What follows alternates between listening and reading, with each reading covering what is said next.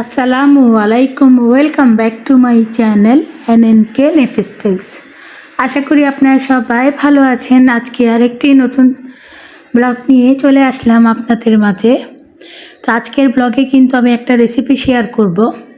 এখানে দুই ধরনের চিংড়ি মাছ দেখতে পাচ্ছেন, একটা একটু বড় আর একটা একদম ছোট, যেগুলোকে কুচা চিংড়ি বলে।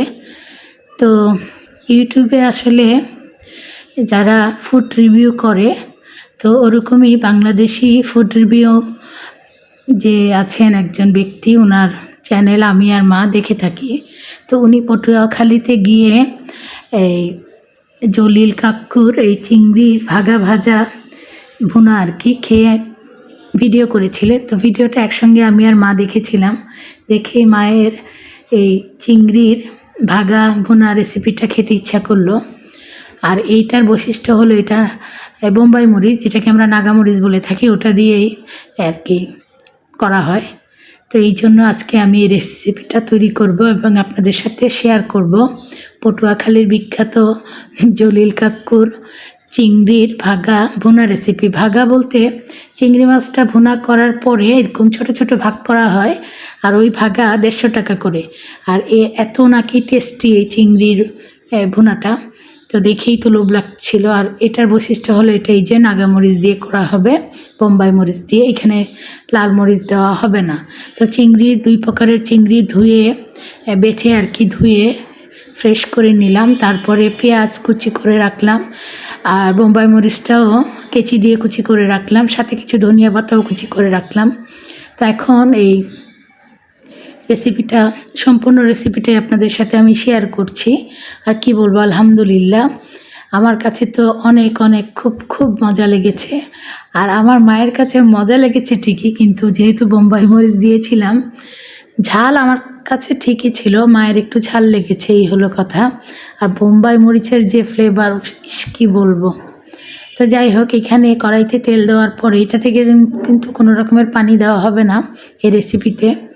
তো আমি যেভাবে আর কি উনি বলেছিলেন, উনি তো রেসিপি শেয়ার করেননি, আমি ভিডিওতে দেখেছি, তো ওইভাবেই করছি। তেল দেওয়ার পরে হালকা একটু লবণ ছিটা দিলাম কড়াইটাকে একটু ননস্টিকি করার জন্য।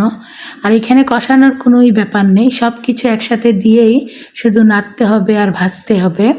তো কাটা পেঁয়াজগুলো, কুচি করা পেঁয়াজগুলো দিয়ে দিলাম।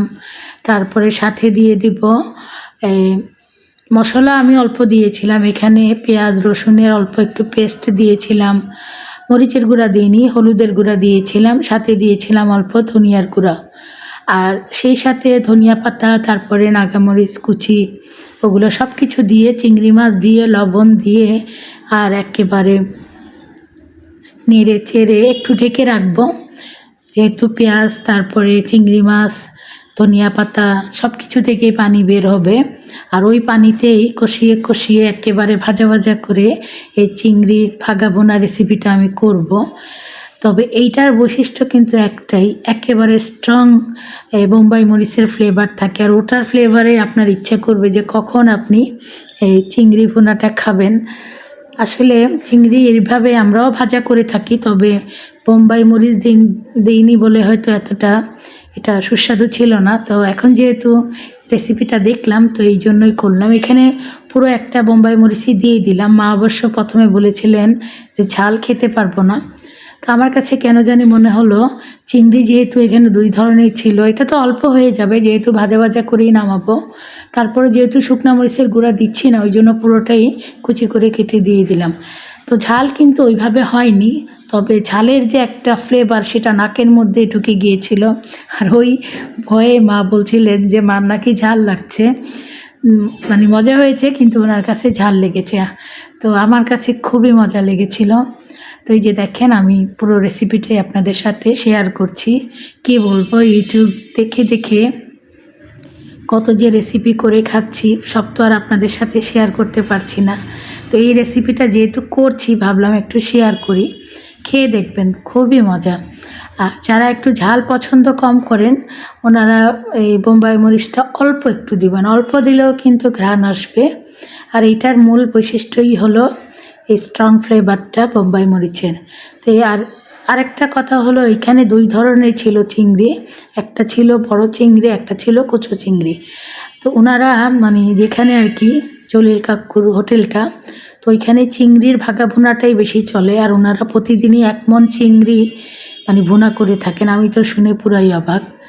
তো যাই হোক, এখানে বড় ছোট মিলানো চিংড়ি ভুনা ছিল, ওই জন্য মাও বড় আর ছোট চিংড়ি মিলিয়ে নিয়ে এসেছেন। তো এইখানে দেখেন ধনিয়া পাতাও কিন্তু দিয়ে দিয়েছি, কারণ ধনিয়া পাতা থেকেও পানি বের হবে, মানে সব কিছুর যে পানিটা বের হবে ওটা দিয়ে চিংড়ি মাছটা আর কি সেদ্ধ হবে আর একেবারে শুকিয়ে ভাজা ভাজা করব।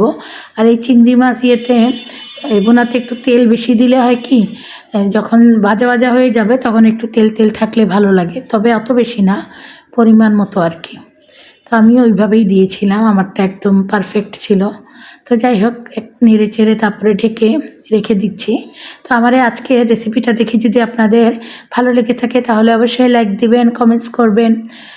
যারা যারা আমার চ্যানেলে নতুন যুক্ত হচ্ছেন, আমার চ্যানেলের ভিডিও দেখে যদি আপনাদের ভালো লেগে থাকে তাহলে অবশ্যই আমার চ্যানেলটি সাবস্ক্রাইব করে দিবেন এবং পাশে থাকা বেল আইকনটি অন করে রাখবেন। তাহলে নতুন কোনো ভিডিও ছাড়া মাত্রই চলে যাবে আপনাদের কাছে।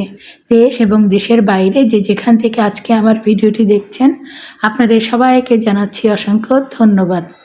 তো এটা কিন্তু করতে আমার আধা ঘন্টা থেকেও বেশি সময় লেগেছিল। তো আমি তো আর আধা ঘন্টা ভিডিওটা করে দেখাতে পারবো না। তো এটা আমি কয়েকবার নেড়েচেড়ে দিয়েছি, এখনও কিন্তু নেড়েচেড়ে আবার ঢেকে রাখবো।